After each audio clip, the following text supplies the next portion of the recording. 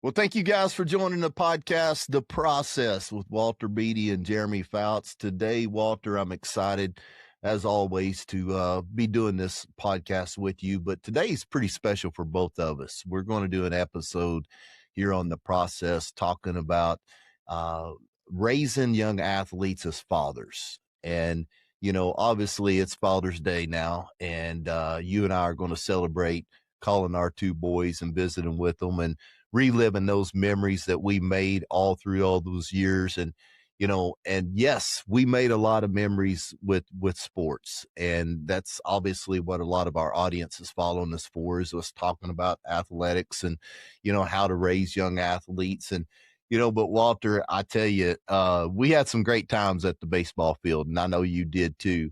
And I'm actually flying out to Connecticut today for lacrosse as well with my youngest son.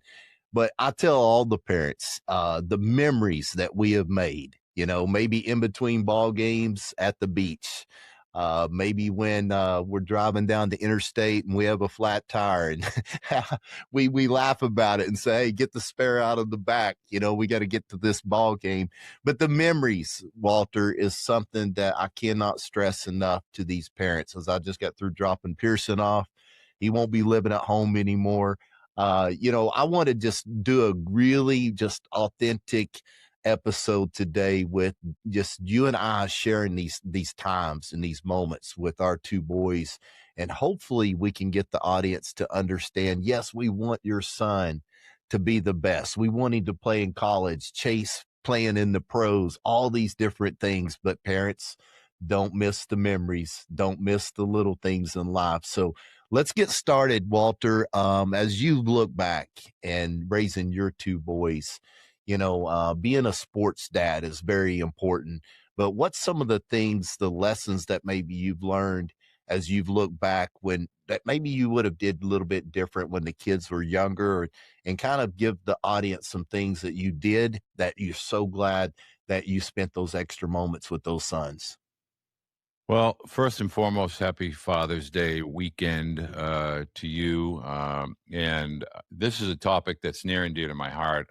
I think one of the first things that's not lost on me is I think I was part of that first wave of what we call the sports dad. My father, my dad and, all my friends' dads were always working, and they didn't go to practices. They, went to an occasional game when time allowed. And then, as I became a dad, back in the 90s, youth sports was just starting to ramp up. And I remember it beginning early for my sons, who are now 35 and 33, with sports like soccer. And then baseball obviously started doing a fall season. And so I was always cognizant of the moment and memory component to this whole thing. Um, some of the things when I look back, my boys, much like New England, their sports changed with the seasons, and so, and in football in August and September, it was football. And then as soon as December and January, it was hockey and basketball. And then obviously we played a lot of baseball from March and through August. And so, I look back, and I think the most important takeaway that I try to share with parents today is simply being there, being present. It's not so much about the words or the instruction, it's about being there. And when you say to me, what are some of the biggest mistakes? I live with this and internally, and it hurts. See, I was a college coach, and I had a really tough time taking off the coach hat with the dad hat. Exactly. And I tell parents now, in today's world, we're trying to be an official, whether that's a referee or an umpire, and then we're trying to be a coach, and we're trying to instruct, and then we're trying to be a parent. Well, you can't be all three. You can only be one. And if you have to choose one, trust me on this, be the parent, be there, be present. It's not so much about giving critique on the skill. It's not so much about what the umpire did or didn't do, or the referee. It's about being present, and letting your children know that you're going to be supportive as long as they're having fun and they're enjoying what they're doing. That's the only reason why they should be playing, and that's the only expectation that you have as a parent. Yeah, absolutely, Walter. I had a dad call me yesterday and was talking about an experience last weekend. And after about 45 minutes, I asked him a question. I said, "Did your son have a good time this weekend?" And he said, "Absolutely." I said, "Then that's all that matters. That's all that matters. If your son had a good time this weekend," he said, "Yes." He said, "We tried out this new restaurant after this one game. It was amazing. We had all these fun moments together." I said, "That's all that matters." I've got a question for you, Walter. I talk about supporting all the time. And the great thing about our audience, Walter, they want to make the right decisions of supporting their youth athletes. That's why they're spending the time following the podcast, the process, and they're studying, they're trying to figure all this out. One of the things that I see over and over is learning the difference between supporting your athlete versus smothering your athlete. Finding that balance between how do I encourage but not put so much pressure on them that they kind of cave and, kind of like, what do I do here as a youth athlete? Letting their kids kind of create their own athletic journey. And of course, knowing when to push them, knowing when to step back, letting them figure things out themselves. What advice would you give to parents trying to figure out that balance between supporting without smothering them? Well, I will always give an analogy, with the parents that I've worked with over the years. I would say your children, and I know this might sound overly simplistic, are like balloons. And if you blow them up too much, they have that, ability to just pop. And so I always wanted to give my sons a safety valve. Like if I was getting overly, coach and not enough dad, I gave them a safety valve.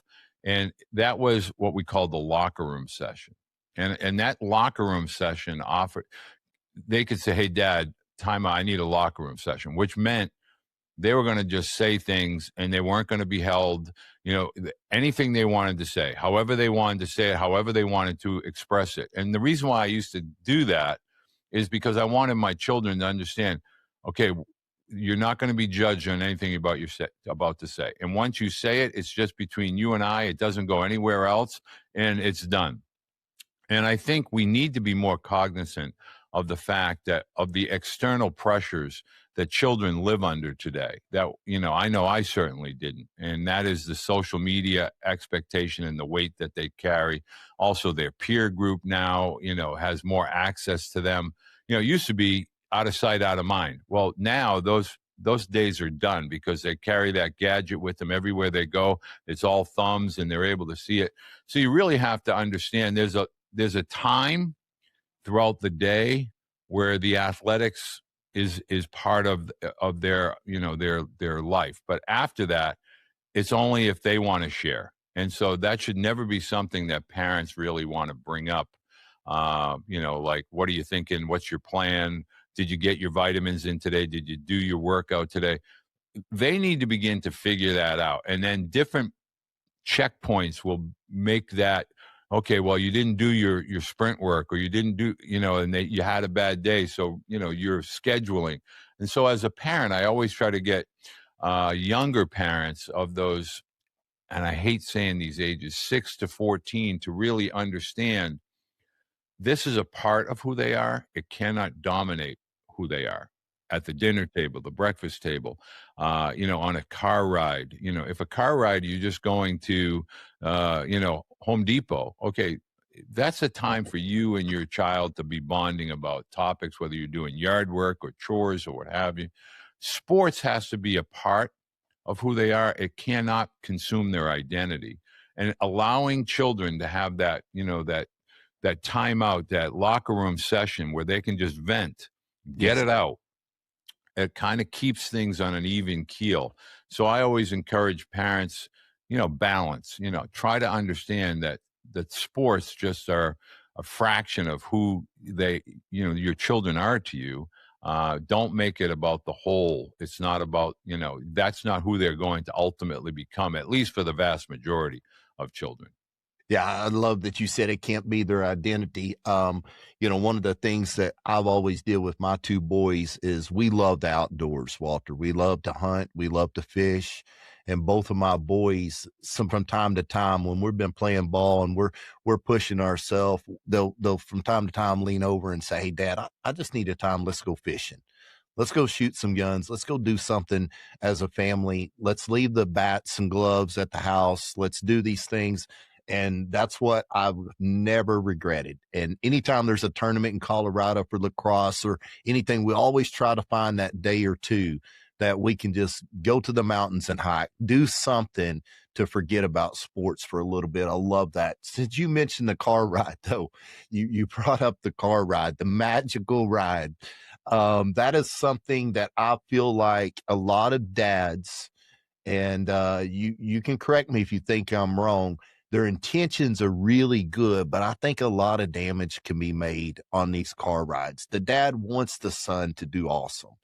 And when the son does not have a great performance, the dad, a lot of times, being a young dad, I know I've made this mistake.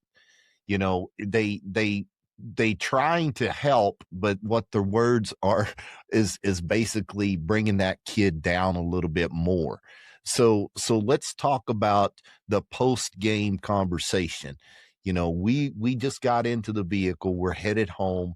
We probably did not have a great experience today. Maybe we went 0 for 4. Maybe we made a couple of errors. What would you coach me to say to my kids on the way home? Or let's just say I've got a 15-year-old. He went 0 for 4. He made 2 errors in the field. I know you already talked about that safety valve. I love that analogy. But what are some other things that I might be able to do really good as a father to maybe just lift him up a little bit and say, this happens? What advice would you give me as a dad? Well, here's something that took me about probably a few years with my oldest son to figure out. Prior to the age of 16 or 17, depending upon when athletes or children get their licenses, that car ride is not optional, meaning it's their only way home. And it's like, think of it like an office when the door gets shut behind you. You begin to figure out, okay, I got nowhere to run, nowhere to hide. And so it's the same thing in a car. Like, you're the driver as the parent, and the kids know that I got no alternatives here. And so I have to go through this car ride. And one day, my oldest son said to me, "Dad, the last thing I need right now is, I'm paraphrasing, is an interrogation." And so I learned really quickly as a dad with my oldest and then ultimately my youngest, I waited for them to talk first. Like, I'd be off topic. I'd start the car, I'd put it in drive, and I'd be driving. And I always gave it like a solid minute or two. I let them pick the music, sometimes much to my dismay, but I let them pick the music, and off we'd go. And then ultimately I'd get a question like, "So what'd you think?" Or, "What are your thoughts?" And boom, now we're in a dialogue. But I always felt like they needed that 60 to 90-second decompression to kind of set their stage that I was ultimately in control of. And so I always try to get parents to understand that car ride home is more about personal space and time, and you have to let it breathe. So whether it's a music station or something that they want to do, sometimes my youngest would just put his headphones on, and that was like a sign, like, okay, we're just going home, and we'll figure this out later. But again, it goes back to, we got 3 hats. We got coach, we got referee or umpire, and we got parent. Always try to just focus on the parent. Hey, are you hungry? What would you like to eat? Or something that deflects and gets their brain off of, okay, whatever is just materialized. And then finally, the biggest tip I can give any parent is results are temporary. I used to equate it, an analogy, like a sneeze. You can feel it coming, and after it comes, that sneeze, it's violent, and boom, it's done. Results, you can feel them coming, and then boom, it's done. And you have to understand, you got to let that go. Whether it's the highest of the highs or the lowest of the lows and everything in between, that result is yesterday's news. It's like, homework from last Friday. It's done. It's turned in. And so what you have to do is kind of stay present and not so much worrying about tomorrow, and certainly don't think about yesterday as far as the result. Let them learn from it, process it, and then they're going to come to you and say, Dad, I thought I was seeing the ball really well, and, I was swinging and missing. What did you see? Or let them ask you a question. Yeah. The biggest signal that you have gained the trust of your child is when they say, at the table or in the car or in the, we used to have a workshop, in the workshop, hey, Dad, what did you see? What did you think? When they ask you the question, now it's a dialogue. But when you started, it's an interrogation. Yeah, love it, Walter. That's been my rule from, the whole Pearson's whole high school career, after every ball game. And what you just said a few minutes ago about your kids when they're younger, they have no other option to ride in that car. And because I've lived it just like you have, there's times where you and I are making those drives to the practices and the games and all those things. And we're like, man, this is a lot of work. And then when they turn 16, they get those keys. You and I miss those moments. Amen. So parents, listen up to enjoy those moments. Don't interrogate your kid coming home from a car ride. But one of our rules here at the house with Pearson, regardless of how he did, regardless of how late it is, I'm at the kitchen table waiting to eat with him. And there's been a lot of times, 11:30, midnight, and I'm like, man, I'm ready to go to bed. I got to get up at 5:30 in the morning. But I would just sit and listen and talk to him. And if he asked me, like you just said, Dad, do you think I was a little late on that? Or Dad, do you think my takes wasn't as strong as they need to be? Or, Dad, what do you think was that, then I answer. But if not, even the nights he went 0 for 4, we just laughed and talked and enjoyed each moment we could. So 100% love that. Walter, we're going to take a quick break, and then when we come back, I'm going to ask you the question, building toughness in today's world.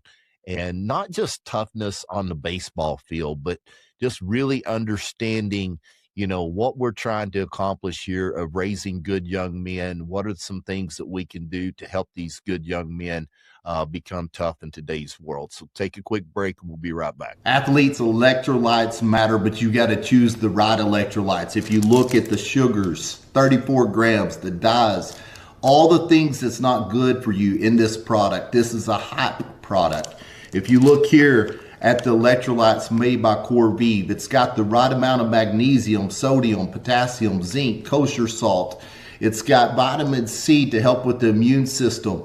I'm telling you, if you want to stay on the field, you want to perform at your best, you want to recover well, this is the product that you need to choose to fuel your body as an athlete. Okay, Walter, we're gonna get really deep here and talk about building toughness in today's world. And this is something that we hear a lot of, but we don't see a lot of it. We have parents that they want to raise tough young men and young ladies, but sometimes we cripple them. We do too many things for them. We're afraid to let little Johnny fail, because if little Johnny fails and he tears up, then it makes us feel bad. But as a parent, what I've learned, and I want your insight on this, so many times we don't allow them to fail enough. We don't allow them to figure things out themselves. And we want to do so many things for them to protect them, which really is not really protecting them. It's harming them from figuring out the path, the journey, the failure. And so if I come to you as a father and I've got two boys, 14 to 16, 13 to 12, it really doesn't matter. And I said, Walter, by the time my boy's 17, 18, he's ready to go play college baseball, I want to make sure he's mentally prepared for it. I want to make sure he's tough enough to take the yay hays and the no's and the negativity from social media people. I want him to be tough enough to be able to have a coach get in his butt and him to look him in the eye and say, yes, sir, no, sir, and then let that go and drive his performance. What would you give me good counsel if I said, Walter, coach me up here now. I want to raise these young men right, and I want them to be tough for today's world. What would you say? Well, I think the biggest, role that we as parents play is we try to be their GPS in every facet of their life. Moms are always worried about safety, and dads are always worried about the validation and trying to be at the right level. And, we're chasing athletic opportunities and exposure. The biggest thing is we have to understand all sports, really are very similar to life. There's ups and downs. I call it the heartbeat. Every sport has a heartbeat. For every high, there's going to be a low. And what I try to get young parents and parents that are getting into that high school world understand is you got to let them wear it. Young athletes, young children have to understand the word accountability, meaning there are consequences with decisions. Play and results are going to be a part of your process, wins and losses. We have to win like we're going to lose, and we have to lose like we're going to win again. And we have to think about things like sportsmanship, composure, poise and composure. I used to take my boys' visors and I would have them write poise and composure. And whenever something was getting difficult, it was okay for them to take their hat off, look at that, and refocus and recenter themselves. And parents must understand falling is part of the process of standing back up. And you're not always going to be on your feet. Somewhere, something or someone is going to knock you down. And we must also understand the role that emotions play. There's not always going to be happiness. There's going to be tears. There's going to be heartache. There's going to be heartbreak. Emotions are part of athletics. And so, I grew up in an era where a football coach would grab your face mask and, he'd be pulling you into him. And my dad gave me the greatest lesson that my dad ever gave me was these words. He said, you're listening to the tone of the coach. You're not listening to the message. And then he said to me, if you really want to be somebody in your life, you need to understand right now. And this is when I was 12 years old. And he said, I want you to write these words on your mirror. And he called it the power of the 10 twos. He always used this language, and he said, 10 twos, my good man. He always called me captain. He'd be like, Captain, you got to live by the 10 twos. You're getting too emotional. And finally, when I was 12, I'm like, you got to explain that one to me. And here it is. If it is to be, it is up to me. If it is to be, it is up to me. He said, the sooner you live your life that way, it's not anybody's fault. You don't have to worry about what I think or what I would do. Man, you're the captain of your cruise ship. If it is to be, it is up to me. You have to be the one that wants to get back up. And if you get knocked down 20 times, you got to get up 21.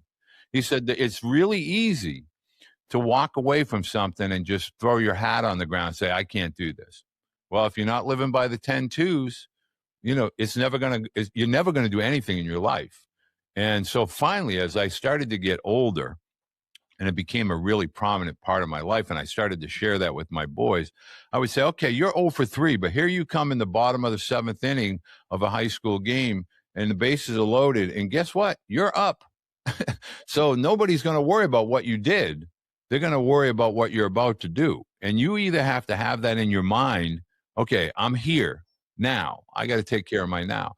And the other part of this equation, Jeremy, is we get so uptight and upset when someone's having a better game than our student athlete, or our student athlete gets replaced in a game, or a coach is ignoring our student athlete or getting in their grill. You have to understand, part of athletics is being able to take criticism and understand the purpose of the criticism. It's obviously constructive, but for the most part, criticism is like falling. And both are needed in order to stand with a different type of presence. Once you have that critique, okay, you're going to either respond with, yeah, he's right, I have to do this better. Or she's right, I have to do this better. Or I have to be better prepared. Or you can sink into your weakest component, which is, I've already failed. I'm not, what's going to allow me to be successful now? I've already failed. So to me, that is the power of the failure and the falling and the unsuccessful.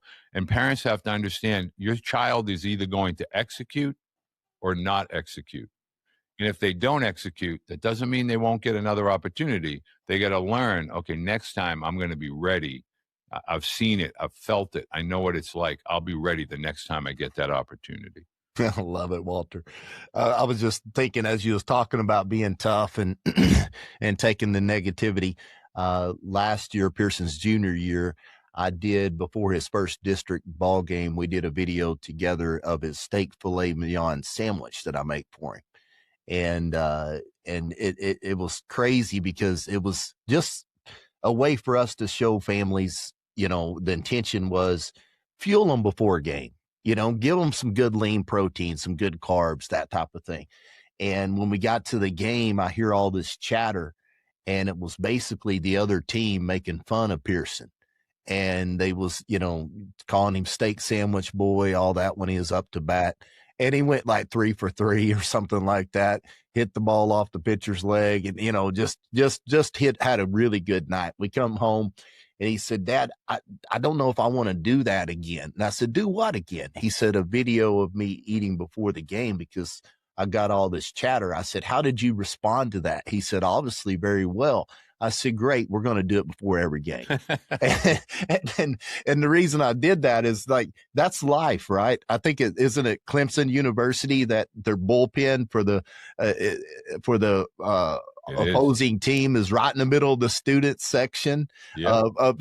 So it's like, that's part of life, learning how to navigate through people that's going to be in your ear. They're going to be chattering at you, and that's part of it.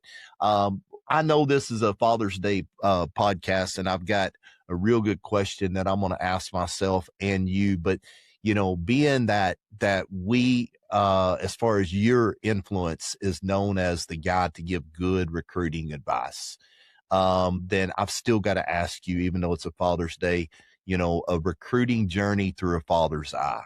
Let's give the mom and dads a recap of the things that they don't need to worry about from a recruiting standpoint, the talking about, or give them advice on just staying consistent, being their biggest supporter. Absolutely. But understanding that we're not going to fall into these traps going through the recruiting process. You have lived it. And even though you've only had 2 boys, I think you've had thousands that you've helped through this process.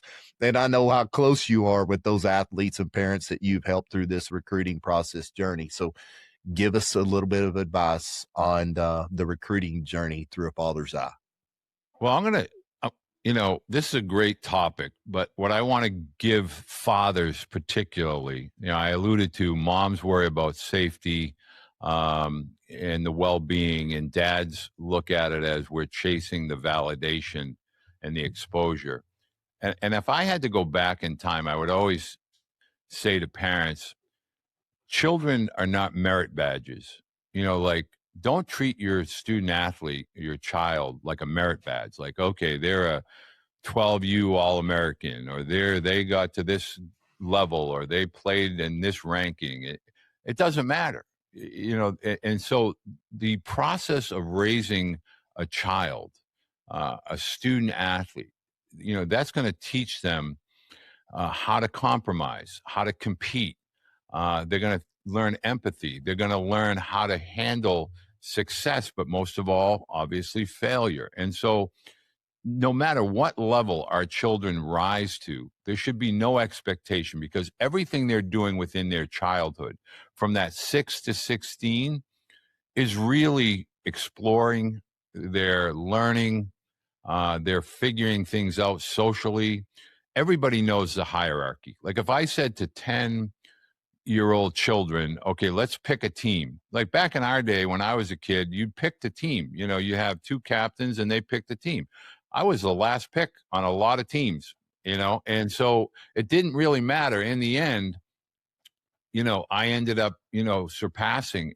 So we don't have to worry about what's going on, you know, in those 10 years of childhood. It's when they get the keys to the car and they have their license. Where are they going? What decisions are they making? Because everything you did during those 10 years is going to dictate where your children go in all aspects of life. Meaning, if we've done this and we've put them in a good place, when they get the keys, they're going to go do the extra work. They're going to go hang with their friends and work out. They're going to make good decisions with regard to nutritions and things to not put in their body. They're going to understand the right things that work for them. And that all begins during that 6 through 16. And so just understand, allow your children to really grow in the capacity that they really are dreaming about. Listen to their dreams, watch their dreams. You can hear in their words, you can see it in their eyes. We don't have to navigate that. They can just tell us, and we can be the captain of their cruise ship, for lack of a better term. And then when they get the keys, because here's the part, Jeremy, you just nailed it. You know, Pearson's on his way and he's off to college after this summer, and I can just tell parents, that's a big hurting point. I can promise you, whether you're the toughest cowboy in the room or mom, you know, that 18-year-old. And then my sons would always say, Dad, I got it. I got it. You know, we got it, you know. And so they flew and they never looked back. And, you know, that's the biggest pain internally for, you know, especially for a dad. You know, you look around and suddenly, you know, they're doing other things. You know, they got schoolwork, they got friends, they got relationships, girls, you know, everything. So don't look at it as a merit badge. Like every high level team you think you're getting your son or daughter on, it's not an achievement that you get to wear. It's temporary.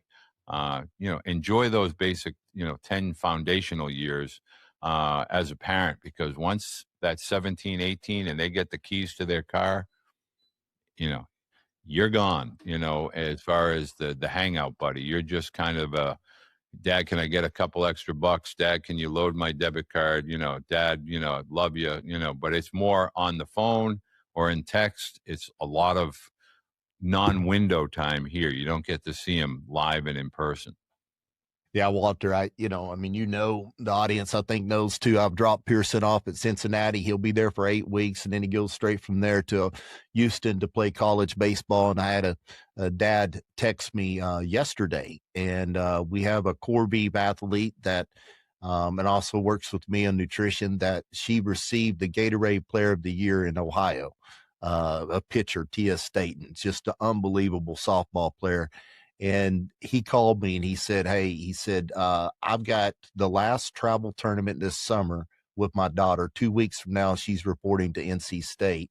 You have any advice for me as far as he's about to go through the same thing? And I told him, I said, Scott, put it on speakerphone. I want to talk to you and Tia. I said, you've got 2 more weeks of travel summer ball. I said, enjoy every minute. If they bring you a steak and it's cooked wrong, laugh about it. Make a memory out of it. If you have a flat tire, and I told them the story of one time we did, I said, laugh about it. Do an Instagram story. We're on the side of the interstate changing a flat tire. But just enjoy those moments, because Amen. Good Lord, they happen so fast. These parents that are listening, I'll never forget one time Walter Pearson was about 9 years old, and he was playing left field, and he could care less where he was at on the baseball field. And I called time and I went out and talked to him and tried to get him focused here on the ball game. Looking back, I would have just watched him play with the dandelions. I mean, he was 9. He didn't care about no baseball game. He was wanting to know what the treat was afterwards. So parents, just enjoy it, because Walter and I is a true testimony of you're going to miss those memories. Okay, Walter, I've got 2 serious questions for you here, wrapping it up. And I didn't prep you on this, so I hope it don't catch you off guard, which I've never saw you get caught off guard yet. You're the best I've saw. When your sons are 40 years old, which your sons is a lot closer than mine, and you and him are sitting on the porch and you're looking back on his childhood, Oof. what do you hope he remembers most about you as a dad? Both of them. Boy, oh boy, I would tell you when my boys are, and they're almost at those ages, the one thing we always talk about is our like our whole universe surrounded around the table when we were eating, whether it was breakfast. The one rule at the house was when one of us eats, we all eat. So you figure it out amongst you two, and I'll just join in. I want them to know that showed up.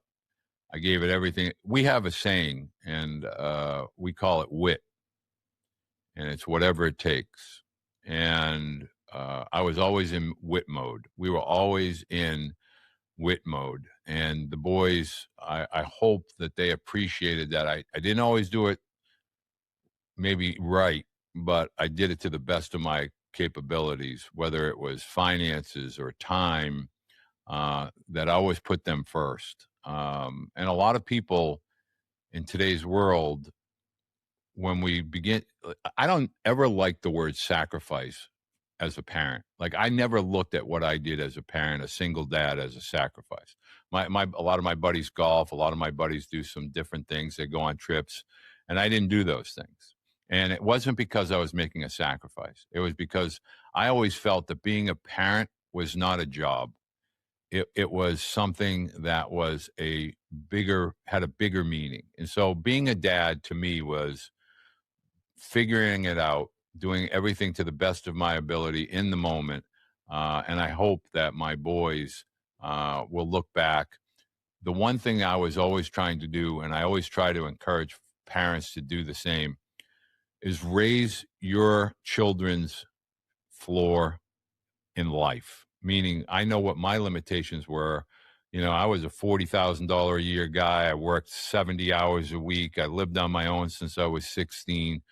My floor was really low, but I wanted my children's floor to be a lot higher than mine so that when their children and my grandchildren, they would just be living in that world and have no idea what level they've actually come from. So I try to get my boys to always think about, okay, your job now as parents is to raise your children's floor so that their quality of life, and sports teaches us a lot about that, competitive environment as far as providing, as a parent, being there as a spouse, being a contributor within the workplace.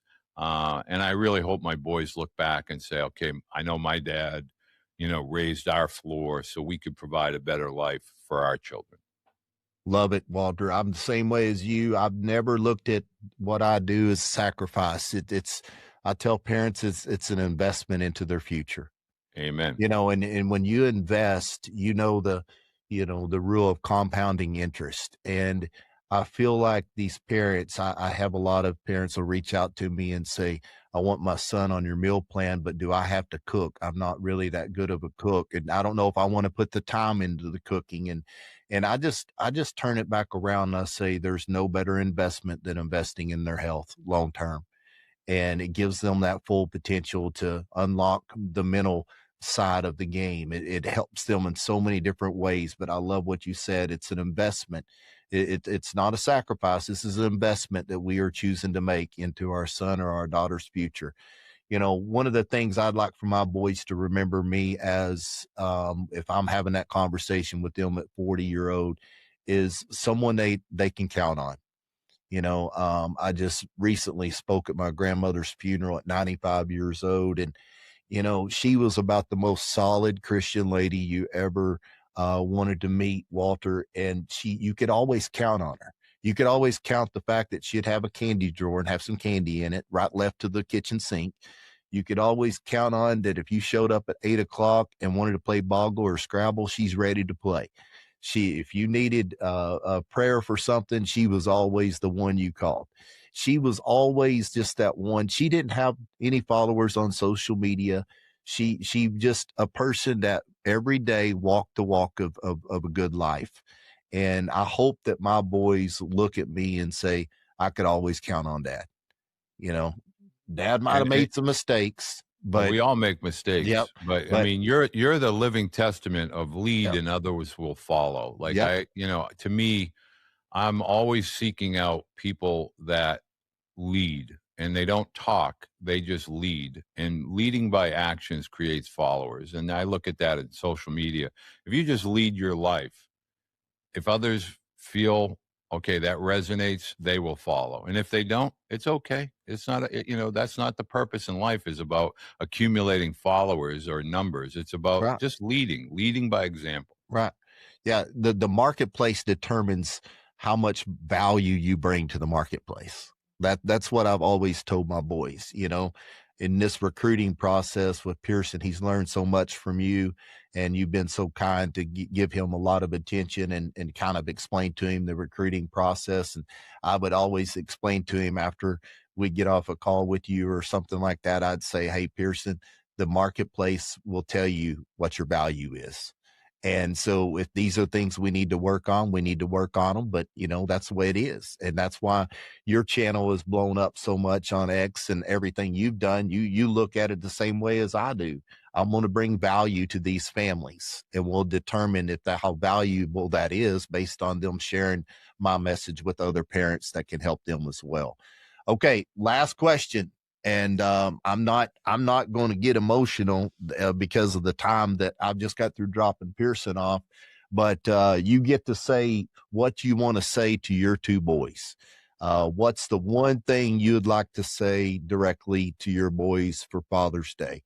And how would you call them by name? And let's get serious here, and let's tell these young individuals that you love so much. Then I'll try to do the same, what you would want to say directly to them for Father's Day. I would say to Kyle, both my boys live in your neck of the woods in Texas.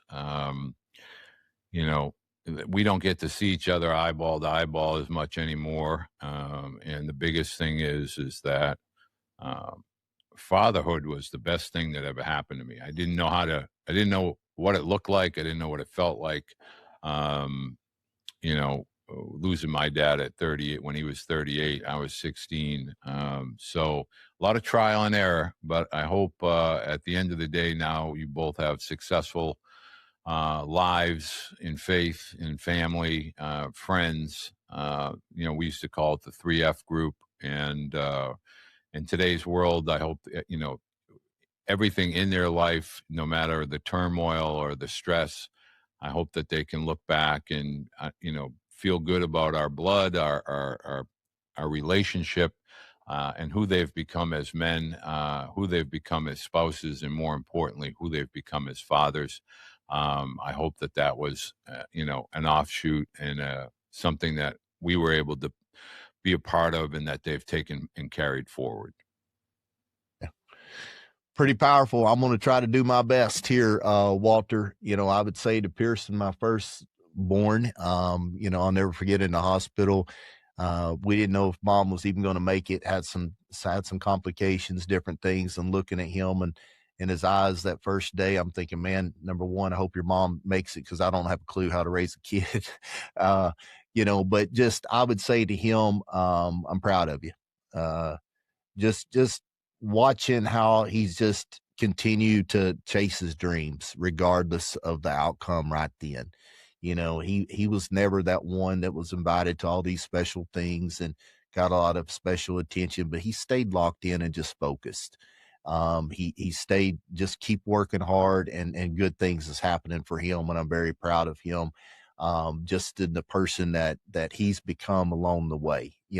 From the academic side, he took care of business. From the community work that he's done, loving others, going to watch ball games with little kids and just lifting them up. To Beckett, I would say, son, I'm proud of you as well. Chasing your dreams. It did hurt Dad a little bit when he pulled back from playing baseball this year, but he's a phenomenal lacrosse player, and that's what he wants to play in college. So Dad will support you any way I can. And just keep chasing your dreams, man. Be the person that God intended you to be. And then to both of them, I would say that something my dad told me, Walter, when I was young. He said, Jeremy, the most important thing is I might not be able to leave you a lot of finances, because my dad was just a row crop farmer. And he said, but one thing that I want to leave my 4 boys more than anything is a good name. And the Fouts name is a good name. The Fouts name is something that you go back to Spiro community in Oklahoma, little 2,000 people. We was always trustworthy individuals that you could count on. We told the truth. We worked hard. We treated other people as they would want to be treated. So I would say, Pearson and Beckett, on this Father's Day, I'm proud of you both. And let's just remember, regardless of how far we hit a baseball, how physical we are in the game of lacrosse, how much fun we've had fishing and hunting and doing all these things together, what would make Dad more proud than anything is just keep carrying on the Fouts name. So, Walter, I don't know if you have anything else to add. I went through that without getting emotional. I didn't know if I would or not. You're better man than I am. That would take me. But no, it's Happy Father's Day, and enjoy everything that goes with being a dad. It's our day to kind of reflect a little bit and do everything that makes you smile and happiness in your heart. Walter Beede, incredible podcast as always. Thank you for everything you have done of being an example for true fatherhood. Happy Father's Day to you, Walter Beede. Thank you guys for joining us on the process. Happy Father's Day